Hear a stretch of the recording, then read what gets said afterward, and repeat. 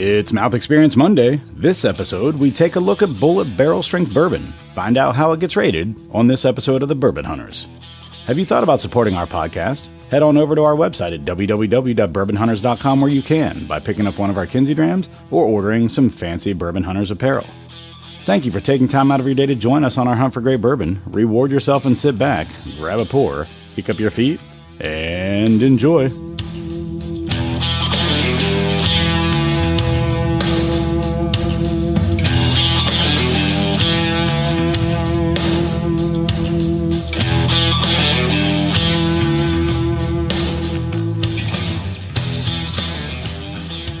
Welcome to another episode of the Bourbon Hunters. I am Dude Poole, and I am flying, as Tyler would say, solo dolo tonight.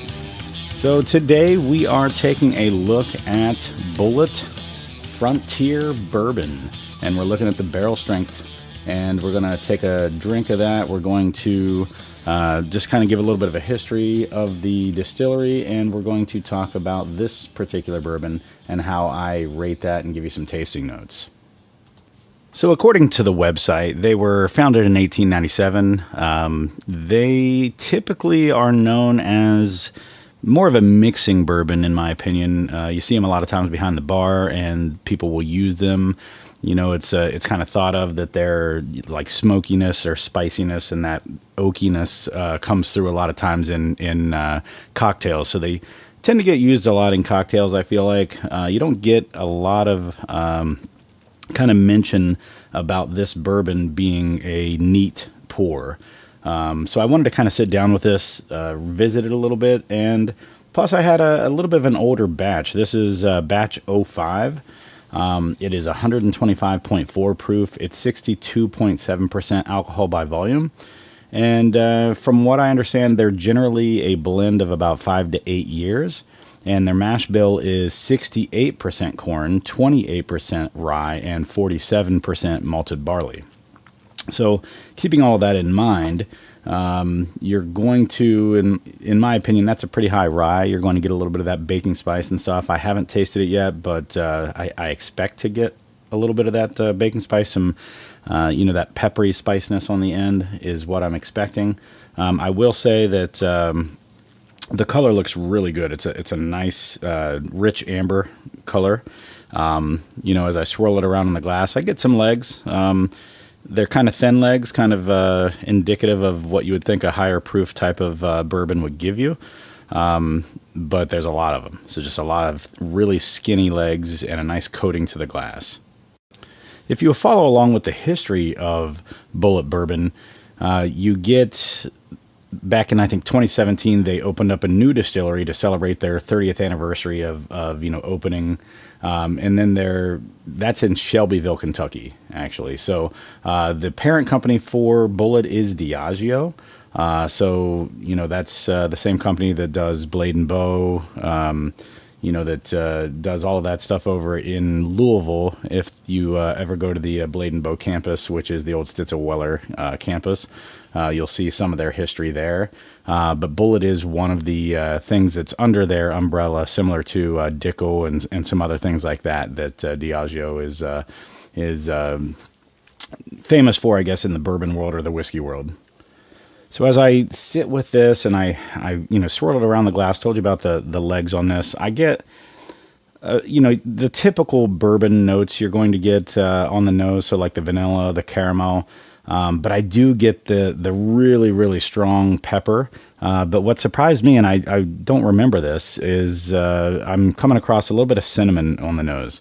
So you're getting that, traditional, hints of the vanilla and the caramel, but I'm also getting, some extra things there. And it's a nice mixture. You've got that, sweet, and you've got that spice, and together they kind of, join hands and give you that sweet and spicy. But you can tell it's got some, ethanol behind it. So it doesn't come off as too strong on the nose. The more and more that I nose this, I'm getting a little bit of maybe, I don't know, just...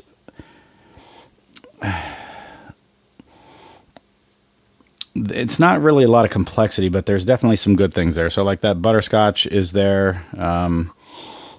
It does smell decently rich, but it's, I can't tell if that's 100% from the ethanol or not.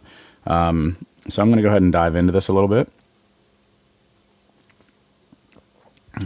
Oh yeah, so the cinnamon and the spiciness comes through on the palate pretty quickly. That's right in your face almost immediately. Yeah, I think it does kind of finish strong. So it does have a little bit of a medium to long finish, which is nice. Yeah, it's pretty decent. Like I said, you don't really think of this as a neat pour, but there's really nothing wrong with this. This is actually pretty good. The proof point's coming through, but it's not like crazy. I don't think it drinks like a 125, but it definitely has some hints of ethanol. But you can tell it's a 100 plus proof, but it's just not anything that's just killing my palate with proof or alcohol. So not too bad. So as I drink a little bit more of this, I get a little bit of, it's just very, very, very light. I get a little bit of like floral maybe, or fruit possible notes on it. Yeah, I'd say it's just like a traditional bourbon, really. You're going to, I think, get everything you expect out of a bourbon. Again, those vanilla, those caramel notes, all of those types of things.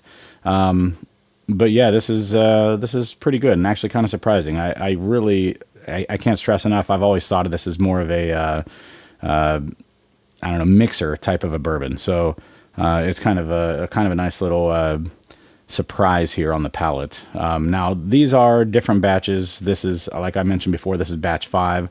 Some of the batches, or all of the batches, I should say, can vary in proof and alcohol. But yeah, so I would say traditionally I've had this for a while because it is batch 5. I think if I remember right, it was in that $30 range, and for a 5 to 8 year cask strength bourbon, I would say that's definitely worth it.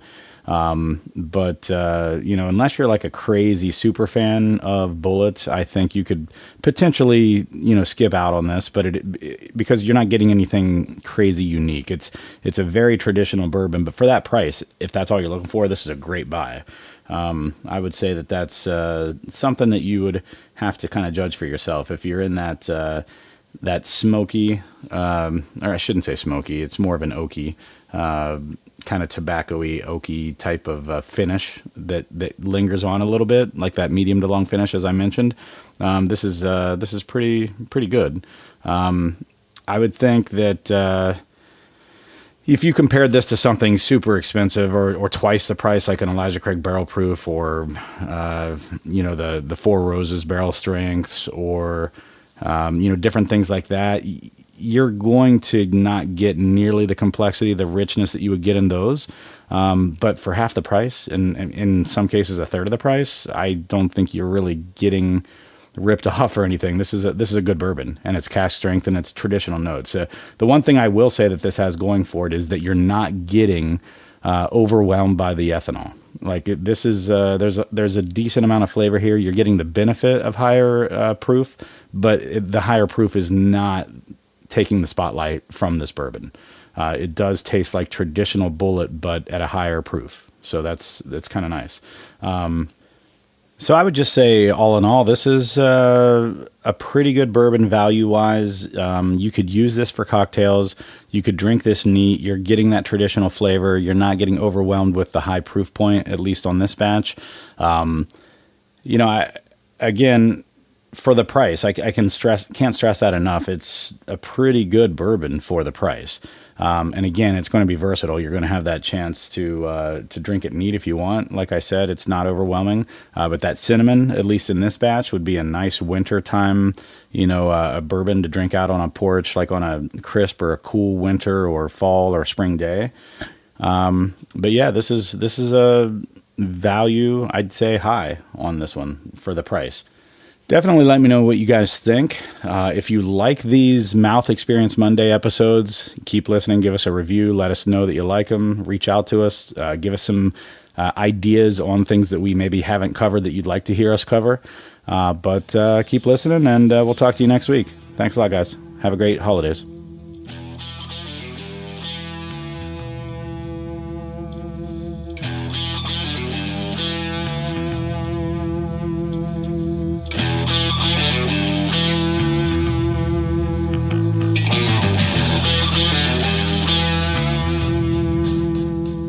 Thank you for joining us on yet another hunt for bourbon. Please give us a 5-star review anywhere you are listening, but if you don't, leave some constructive criticism in the review so that we can better improve our show. But until then, sit back, grab a pour, kick up your feet, and enjoy some bourbon. The Bourbon Hunters podcast has been craft distilled, produced, recorded, and edited by Dude Pool. For any questions, comments, or recommendations, please reach out to info@bourbonhunters.com.